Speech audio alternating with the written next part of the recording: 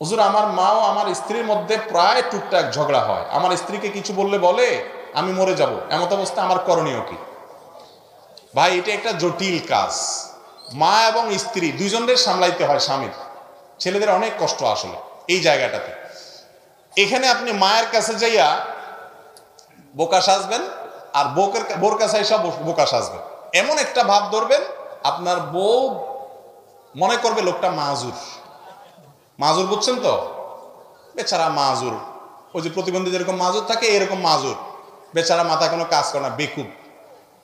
যাই বলি say sorry বলে, বোর কাছে নরম থাকবেন, নরম থাকে বলবেন দেখো মা কি সারাজন বেঁচে থাকবো, যাই হোক হ্যাঁ বুঝতে পারছি আমি কি করতাম আসলে, উফ উস, এইসব কাহিনী করবেন। মারে যায় যেন ওটা জারি দিবেন না, বুঝেন নাই কথা? তখন বউ বলবে তুমি আসলে একটা বেকুব মানুষ, বলে হ্যাঁ এটা ঠিক বলছে, একবারে আমার আসলে মাথা যদি কিছু থাকতো আজকে এই সংসারে অশান্তি হইতো না, আমার কারণেই সব অশান্তি, আমি ব্যাক করব। আর মায়ের কাছে যা বলবা মা কি করব বলো, আমার প্রতি আমারে বদয়া দিও না মা। মারটা মারে বুঝাবেন, বউটা বউরে বুঝাবেন, দুই জায়গায় দুনা খাবেন, দুনা বুঝেন তো?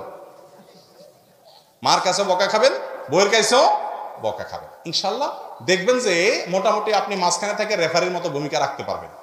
আর যদি মার কথা বোর গোষ্ঠী উদ্ধার করতে যান, বোর কথা শুনে মায়ের লোকে বেয়াদবি করতে যান, তাহলে খাসিরা দুনিয়া ওয়ালা আখেরা, দুনিয়া আখেরা দুইটাই যাবে, বউয়ের সাথে বেয়াদবি করে বউ হারাবেন আর মায়ের সাথে বেয়াদবি করে জান্নাত হারাবেন।